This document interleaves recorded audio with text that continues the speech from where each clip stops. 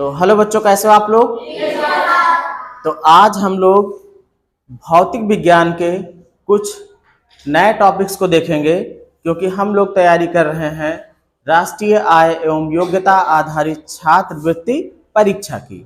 तो उसके हिसाब से जो उसका सिलेबस है और जो कॉम्पिटिटिव एग्जाम में या एंट्रेंस एग्जाम में आते हैं उन्हीं से रिलेटेड हम लोग बात करेंगे। ज़्यादा डीप में नहीं जाएंगे, लेकिन जानेंगे सब कुछ। तो सबसे पहले यहाँ पर देख लीजिए, लिखा हुआ है कार्य क्या होता है या फिर वर्क क्या होता है। कार्य को जानने के लिए जरूरी है कि हमें दो चीजें इससे पहले पता होनी चाहिए, एक बल और दूसरा विस्थापन। क्या चीज? कार्य को जानने के लिए हमें, अगर हम कार्य को W से कहें तो इसको जानने के लिए हमको F पता होना चाहिए और D विस्थापन पता होना चाहिए, क्योंकि इन्हीं दोनों का गुणनफल कार्य होता है। अब देखो, अगर हम बल जानते हैं, बल क्या होता है?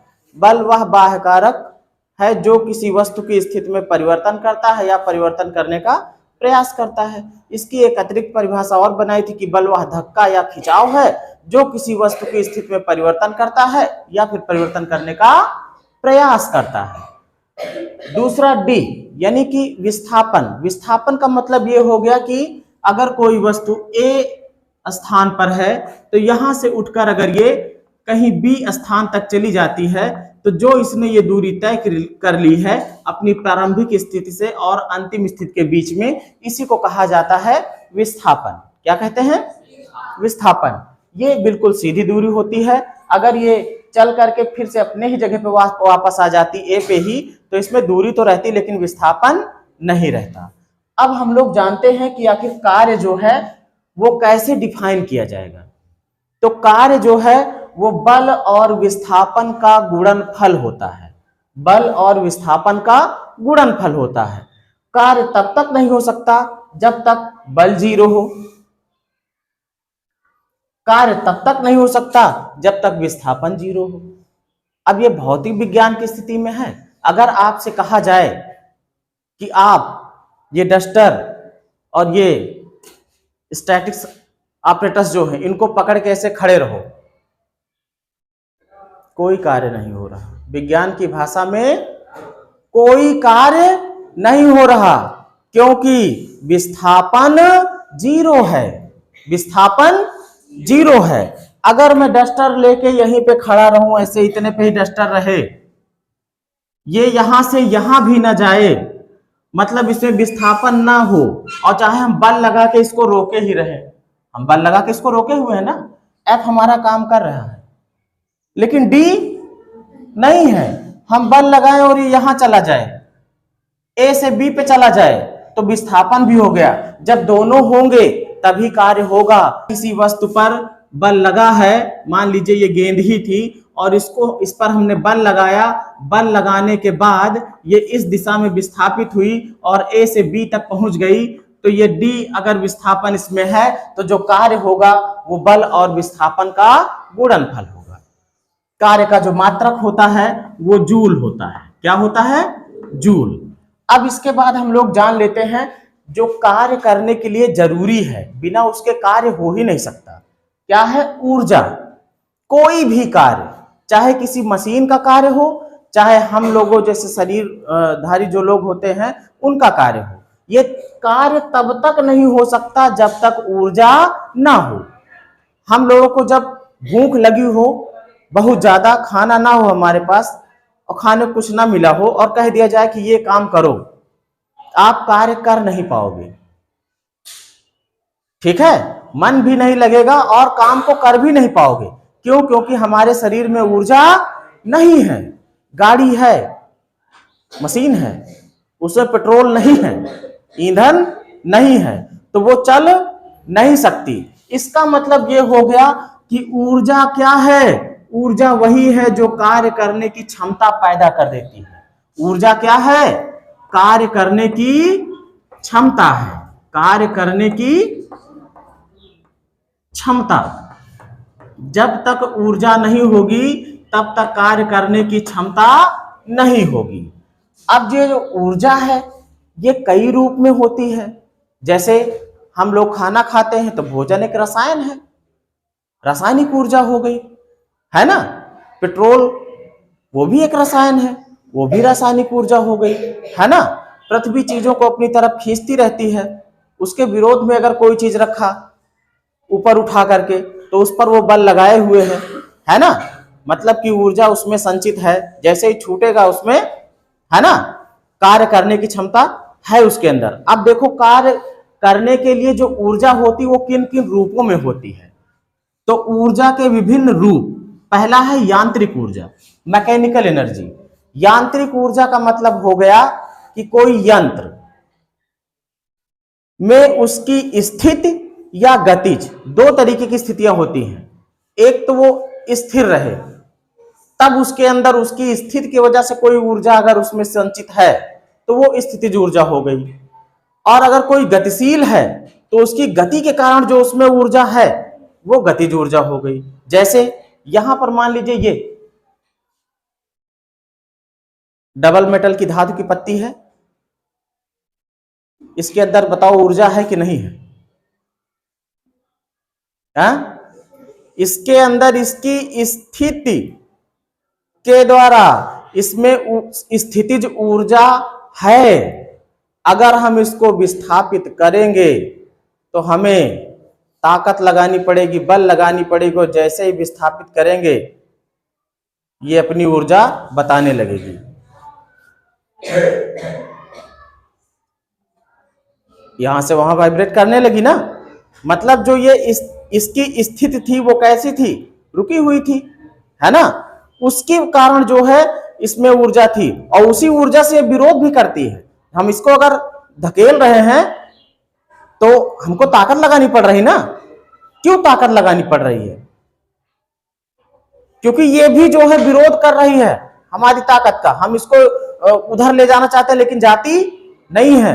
इसका मतलब इसके अंदर ऊर्जा है, उस ऊर्जा के द्वारा ये कार्य कर रही है और अपनी स्थिति को परिवर्तित होने नहीं दे रही है। ये चाह रही है कि हम अपनी स्थिति में ही रहें, हमको कोई हिलाए डुलाए ना।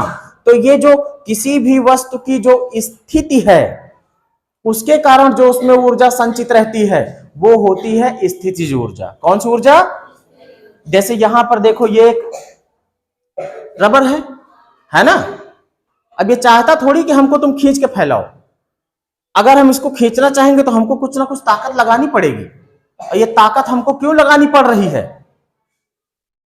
क्योंकि जो इसमें ऊर्जा है उस ऊर्जा के कारण ये विरोध कर रहा कि हम जिस स्थिति में है उसी स्थिति में रहेंगे, है ना। तो ये होती स्थितिज ऊर्जा। अब देखो स्थितिज ऊर्जा दो प्रकार की होती है। पहला है प्रत्यास्थ स्थितिज ऊर्जा। प्रत्यास्थ शब्द को पहले समझ लो।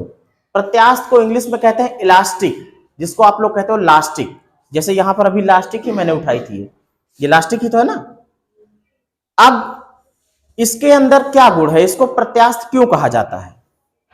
क्योंकि ये अपनी आकृति और आकार परिवर्तन का विरोध करती है, और ये तभी तक इसकी स्थिति को तुम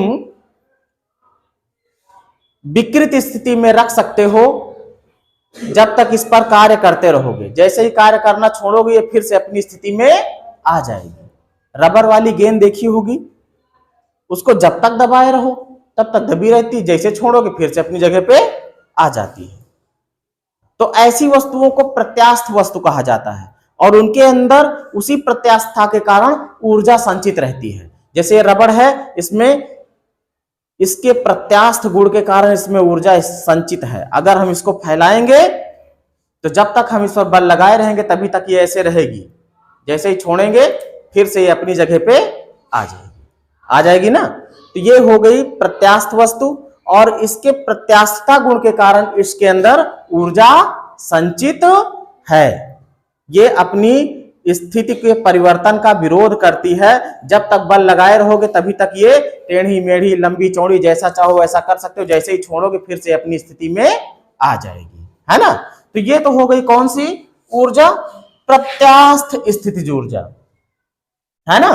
प्रत्यास्थ क्या होता है मैंने बता दिया। वे वस्तुएं प्रत्यास्थ कहलाती हैं जो अपनी आकृति आकार परिवर्तन का विरोध करती हैं।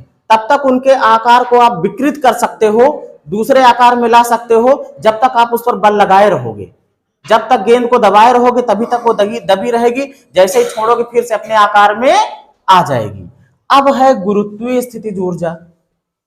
ये कौन सी ऊर्जा है? सपोज कीजिए यहां पर हमारे पास एक बॉल है ना। अगर ये बॉल ऐसे टंगी है यहां पे, तो इसमें बताओ ऊर्जा है कि नहीं है? और वो ऊर्जा किसके द्वारा आई? गुरुत्वीय स्थितिज। जो गुरुत्व मतलब पृथ्वी प्रत्येक वस्तु पर आकर्षण बल लगाती है और चाहती है कि वो आके हमारी सतह पर गिरे, है ना। तो ये जब अगर टंगी हुई है तो इसके अंदर गुरुत्वीय स्थितिज ऊर्जा है। जैसे ही हम इसको छोड़ेंगे ये नीचे की तरफ गति करने लगेगी, करेगी ना। अब इसकी गति का हम इस्तेमाल करके कोई भी कार्य कर सकते हैं, और जिससे भी हम कार्य कर सकते हैं वही क्या है? ऊर्जा है। बात क्लियर है?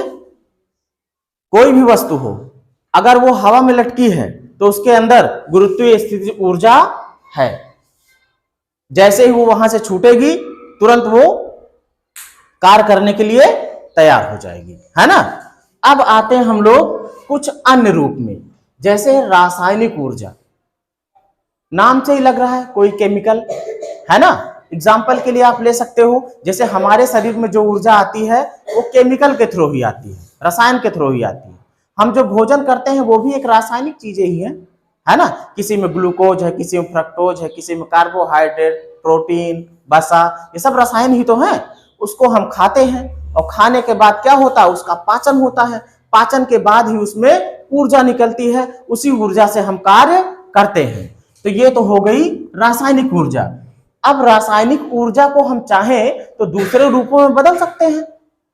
रासायनिक ऊर्जा हमारे शरीर के अंदर थी, अब हम उस ऊर्जा से चाहे तो हम पढ़ाएं, चाहे तो हम फावड़ा चलाएं, चाहे तो हम बोझा ढोएं, कुछ भी करें, लेकिन हमने उस ऊर्जा का इस्तेमाल दूसरे चीज में कर दिया है। अब इसके बाद आते हैं ध्वनि ऊर्जा। जो आवाज होती है, जो ध्वनि होती है, वो तरंगों के रूप में निकलती है ना। उसमें भी ऊर्जा होती है। हर उस चीज में ऊर्जा है जिसमें कार्य करने की क्षमता है।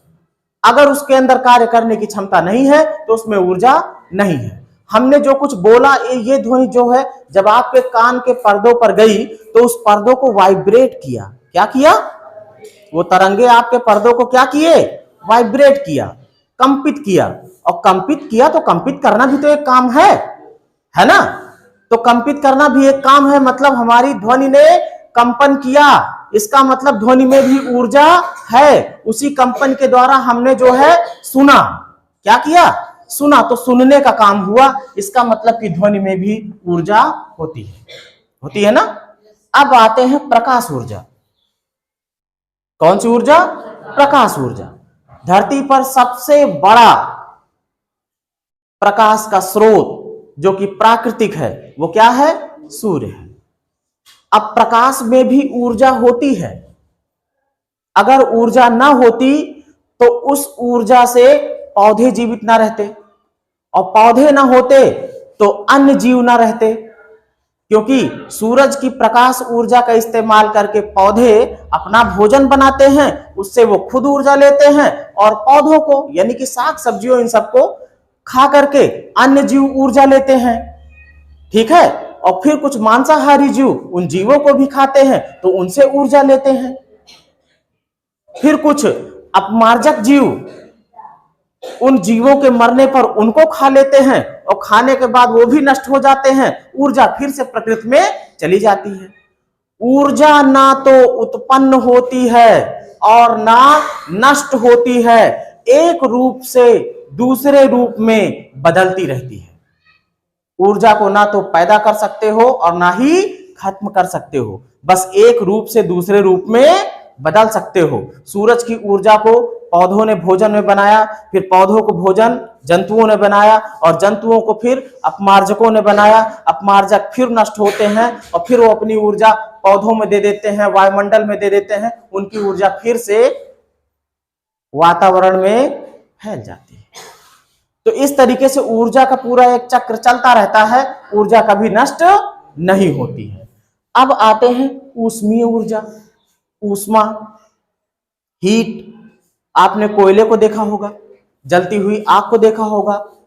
कोयला जलाकर भी भोजन बना सकते हो, लकड़ी की आग जलाकर भी भोजन बना सकते हो। और भोजन बनाना भी एक कार्य है। आग से भोजन पक रहा है, एक काम हो रहा है, इसका मतलब ऊष्मा भी ऊर्जा है कि नहीं? उसी ऊर्जा का इस्तेमाल करके भोजन पक रहा है। अब देखो विद्युत ऊर्जा यानी कि बिजली वाली ऊर्जा। ये रूप जो है आप देखते हो, बटन ऑन किए, फट से पंखा चलने लगा। तारों में क्या दौड़ रहा है? इलेक्ट्रॉन्स दौड़ रहे हैं। इलेक्ट्रॉन की जो ऊर्जा है वही विद्युत ऊर्जा है। और वो ऊर्जा पंखा चलाने में, कूलर चलाने में, एसी चलाने में, तमाम कार्य, इंजन, मशीन, ढेर सारी चीजें बिजली से चलती हैं। उन सबको चलाने में उस ऊर्जा को यूज किया जाता है। इसका मतलब विद्युत में भी ऊर्जा होती है। और सबसे विशेष चुंबकीय ऊर्जा, चुंबक में भी ऊर्जा होती है। अगर चुंबक में ऊर्जा ना होती तो लोहे से बनी हुई चीजों को अपनी ओर खींचने वाला कार्य ना करता। तो ये थे ऊर्जा और ऊर्जा के अलग अलग रूप। फिर हम मिलते हैं इसके आगे वाले जो टॉपिक्स हैं। अभी इस वीडियो में इतना है।